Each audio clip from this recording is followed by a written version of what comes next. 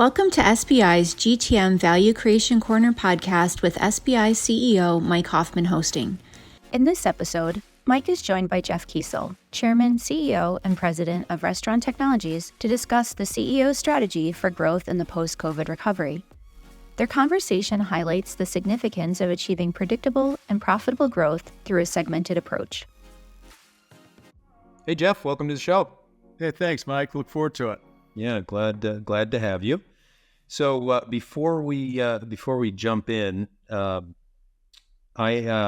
always like guests to introduce themselves, kind of background, and then talk a little bit about Restaurant Technologies. Sure. So Jeff Kiesel, CEO and Chairman of Restaurant Technologies. I've had the privilege of leading the company as CEO and President since 2005. And over that time frame, it's been a lot of change, a lot of excitement, some macro challenges that we've all worked through. And what we do is we simplify and automate two of the worst jobs in commercial kitchens. One is handling the cooking oil from its reception all the way through. It's taking it away. We do that with equipment. We deliver it in bulk. We put in tanks and pumps into our customers' kitchens connected to the fryer. So adding fresh oil is a toggle switch, getting rid of waste oil is a toggle switch, and our customers don't have to worry about it. We manage the inventory, take away the used cooking oil, and sell it into biodiesel or green diesel. Our other major product is that we automatically clean the hood flues and fans of our customers, so they never have to have an outside hood cleaner come out, nor an inspector, because we'll do that as well. It's a great product to minimize risk of fire in hood flues and fans. Yeah, I shared this with you, Jeff. I had the pleasure of spending my pre-college years and then all the way through college working in the kitchen, and straining the fryer oil after a night of making haystack onion rings is not fun. Cleaning grease traps is not fun. Cleaning the hoods is not fun. So. It's a valuable service and one that I am very, very familiar with and wish it would have existed while I was working in kitchens. So topic for today. So Jeff, you've seen a lot of change, and you and I spent time talking about this. We're going to talk about some of the thought process of a CEO, especially when it comes to how they think about growth in a not just a post-COVID era, probably the after the bounce back after COVID. So one of the things that one of the observations I think we made is if you were a CEO and you stepped out 2 years ago, and so things started to get a little dicey in July of 2022. If you stepped out of that seat, even if you were a CEO for a decade and a half or 2 decades before that, some of what you would come back into might not be the same. And you've had to adjust to things like interest rates going up by 5%, Fed funds rate went from 0 to 5.5. 2 wars broke out. All the buying processes got more complicated. Things got more expensive. Debt payments doubled. So we're going to spend a little bit of time on that. And I think you're a capital intensive business, so you've had not only the challenges of being a private equity backed company that's got debt, but also capital intensive. So dealing with the interest rates is kind of a double hit. So let's talk a little bit about how you've pivoted and how you think about growth in this new era. In this new era, the most valuable growth, regardless of the percentage increase, is predictable growth. And it gets into a lot of the nightmarish things. I was getting nervous, Mike, about all the things we have to deal with. Interest rates, supply chain. If you have consistency in your growth arena and where that growth is going to come from, it's much easier to balance supply chain, work really hard at cash-to-cash cycles, and make sure that the operation side or the service side of the business is appropriately staffed to take care of that growth. We've looked at this in a much more strategic way in how we align our product, our marketing, and our sales force, where we see independent restaurants and local restaurants as the most predictable area of growth. We can turn on and turn off key messages for that audience through marketing, direct mail, even advertising, and get a predictable, plus or minus, 5 or 6% per month, contracts coming in. That's a great base. Next would be our mid-market folks. So those are, as we define it, we have 41 locations across the U.S. A mid-market firm would be in the 50 store type of range, spread it out over different geographies as we define them. And they also will have faster decision-making, less corporate, checkoffs and different divisions to talk through. So we like that area, and we think we can get that kind of a plus and minus, 10 to 15% every month. Then penetrating our larger accounts, be they national or, the top 5 QSRs in the world, those penetration accounts would be the third one, and the most volatile would be signing on new brands or new concepts. So between all of that, we think we can smooth out our growth rates, which tend to be in the high teens annually. That month by month, will be that between 15 and 20% of accuracy, which really helps us align resources. Okay, so this has been you've just taken a hard look at just how you're segmented and give yourself diversity within the market to be able to go drive build it. Okay, that's correct. Good. So you had another P word that went along with predictable, which was profitable. So have you, as this has gone on, and again, you told me how much it cost to put a truck on the road, which it was shocking how much that costs. So have you, as part of the profitable side of things, have you evaluated profit level at a customer level, and if so, what have you done about it? We do. We have contracts that are 3 to 5 to 10 years long. And in those contracts, we have automatic escalators. Some of them are CPI based. Others are more sophisticated, where we model based on national labor statistics, job categories, where those price increases have been. So we get covered on that, systemically year over year. But we've also looked much more aggressively at our cost month to month, especially the volatility in supply chain. You mentioned trucks. Trucks over the last 3 years, almost 2x. And these are big numbers. And also replacement parts, et cetera. So we're much more conscious about our cost management and also how we price our product much more aggressively month to month, quarter by quarter, which is something we just would do biannually in the past. Have you, I know this is an extreme measure, but have you ever fired an unprofitable customer? Yes, we have. Yeah. And that would come, we have a 98% retention rate. And that would come up, we wouldn't do it mid-contract, but at the end of the contract, it would be, this is very transparently, here's what it costs to serve you. If you don't see the value in that, then let's shake hands and leave as friends. So it's either here's the price increase you're going to have to take because you are a restaurant that is in the middle of nowhere. There's nothing else. Right. And we've also had customers change their menu. They go away from fried foods, and they would just, based on the amount of oil they're using, it doesn't make sense for them or us. This is interesting. This will be just an interesting fact for the audience. So Jeff, the first time I met you, we were talking a little bit about pricing model. I'm like, well, maybe you should do flat instead of, on per gallon or something, because like, isn't consumption and, American consumption of fried food going down? And your answer was?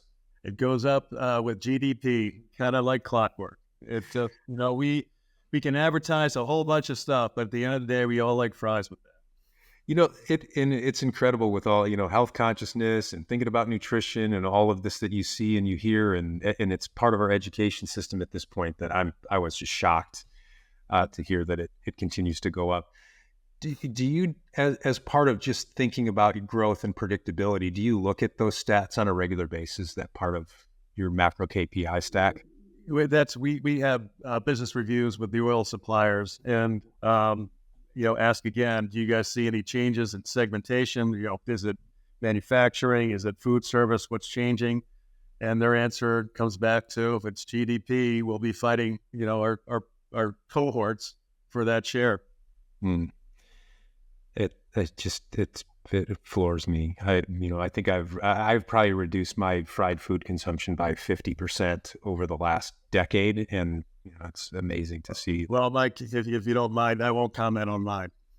I'm here to support all of my customers in different ways, I guess. Yeah, for sure. So you're always excited to see the new fast food commercials during the Super Bowl. That is correct. That is correct. Might as well. Yes. Yes. So the other topic I wanted to talk through is the buying processes have become much more complicated. So a lot of what we're hearing from different companies is it's just taking longer to get a deal done. And so you worked on something you called contact to contract. Can you talk a little bit about that and the results you've seen in just speeding up sales process? As I like to say, when we have a contract, if it's not in the ground, it's not like fine wine. It's not getting any better, right? So we've got to get it in there. And we've focused our efforts in a few different areas. One, let's make sure that our value proposition for that customer is crystal clear, so that the buyer and the buyer process can really connect what they're trying to get done with how we can help them. So sales training is a big part of that. The other one is, let's make sure we're targeting customers who have a proficiency or a likeness of our current customers, and so that where our hit rate, it gets higher. So that's on the contract side. And then the contract side is, let's make our contract simpler. Let's not, as we know, if this one phrase is bothering people, let's eliminate it, change it so it's real understood. So we get that right. And then it's contract to install is where the money is being made. And on that one, we want to make it easy for the customers. We've started to say, these are the things that you have to do. These are the things that we have to do. Our target is going to be 30 to 40 days of install time to get everything ready. And we're getting much more communicative and directive to, okay, you need to have electric put in, you need to have XYZ equipment move so we can put our equipment there. So we're being much more forceful, so it's good for them and it's good for us. And quite frankly, if they don't want to do it, we'll do it, and then we'll figure out a fair compensation for us doing that work. Are you at the point now where you're beyond some of the supply chain challenges where you can move a little bit faster at implementation? That's the answer, Mike, is yes. So we've gone through over the last 7 months, really upping our inventory of product just to get it so that we could serve our customers. And now we're driving down our inventory and working much more in partnership with our suppliers so that we are much more predictable there. And that's really been very helpful for a cash-to-cash cycle. Yeah. So it's, being a CapEx business, we're very conscious of that and work hard on that. Right. Yeah. Nothing feels worse than closing a deal and then having to wait for the revenue to come in because you don't have what you need. Got it. And which was a big challenge post-COVID when there was sort of the bounce back. So Jeff, what would you characterize if you were gonna put it in? And I know I'm putting you on the spot because we didn't talk about this before, but like the difference in running your organization today versus 3 years ago, or even pre-COVID. One of the things that we've changed, we've gotten very good feedback from our folks, is we define the leadership expectations of restaurant technologies managers. Much more transparent, much more coaching, connect the dots for folks. So we have quarterly town hall meetings with our top 80 employees, and we just talk to them. no numbers presented, et cetera, but we see interest rates going over here. Here's how it affects our business. And we end the meeting saying, okay, do you have 3 or 4 points that you want to make to your team in your words to waterfall the climate that we're dealing with? The other thing, which I think is somewhat unique, is that we're very clear about employee expectations they can expect from the company and also from their leaders.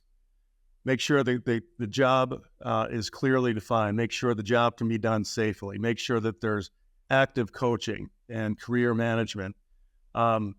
Make sure that they understand fully the benefits that we have. It's a shame when you find out that we have a benefit and people don't know it. And I think the other one is that bring your whole self to business. You're black, white, your sexual orientation, your religious, does not matter. You should be respected and loved and cherished when you work here at Restaurant Technologies. And that's something that maybe we are tough guys maybe and didn't want to talk about that, but we do openly, and it has made a difference in our company. Yeah, culture makes a difference, and people who like where they work, they're going to give they're going to give an outsized level of effort, and they're going to stay longer. And people who are longer on the job generally are more productive. And we start to measure engagement every month to that end. Yeah. We're doing it. We're kind of doing every other month because we alternate between what we call the Build the Firm survey and Gallup. So we're doing some similar things, and it makes a difference. You're just happy employees who stay a long time are more productive. On the productivity side, you made a comment about productivity, 30%. So can you talk a little bit about productivity? We did. During COVID, we worked on putting in commercial operations. And that's a group of folks, a discipline that we had not had. And so working with our teams to build training, to build, where should we be selling? Who are our best targets, customers? We put in Salesforce and we customized it with, Mike, as you know, with your team's help. And all of that information, plus hiring better, plus getting better leaders, our productivity is up 30%. And we measure that by contracts or installations sold by headcount, by seller. It's up 30% over the last 18 months, and it's not slowing down. We see another 15 to 20% coming this year as well. So arming people, all they want to do is win. We just got to arm them with the information and the training and direction to do so. That's great. And so, okay, and let me, so I want to put a stamp on this. So 30% uplift per seller. You're growing kind of mid to high teens on an annual basis. Consumption of fried food goes up with GDP, which is what, 4% right now? Yep, correct. 4%. So you're outgrowing the market by 4x. That's correct. Correct. Terrific. That is a great story and great success. And you run a wonderful company that does a really dirty job. Like you should actually find out who's the guy that used to do the that show about the dirtiest jobs in America. Yeah, I know. You're right. Yeah. This wage he contacted us and he said, maybe you could also go undercover. And unfortunately, I try to get to each one of our depots every 14, 18 months. So I don't think I got hired. But our guys do a dirty job that's not fun. So our customers' employees have a better job, no doubt. Yeah, that's awesome.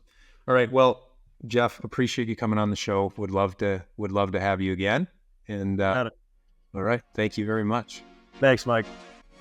You've been listening to SBI's GTM Value Creation Corner podcast with CEO Mike Hoffman hosting. Visit SBIgrowth.com to read SBI's latest research, join upcoming events, or learn about SBI's GTM services. Don't forget to subscribe to this podcast and connect with us on LinkedIn.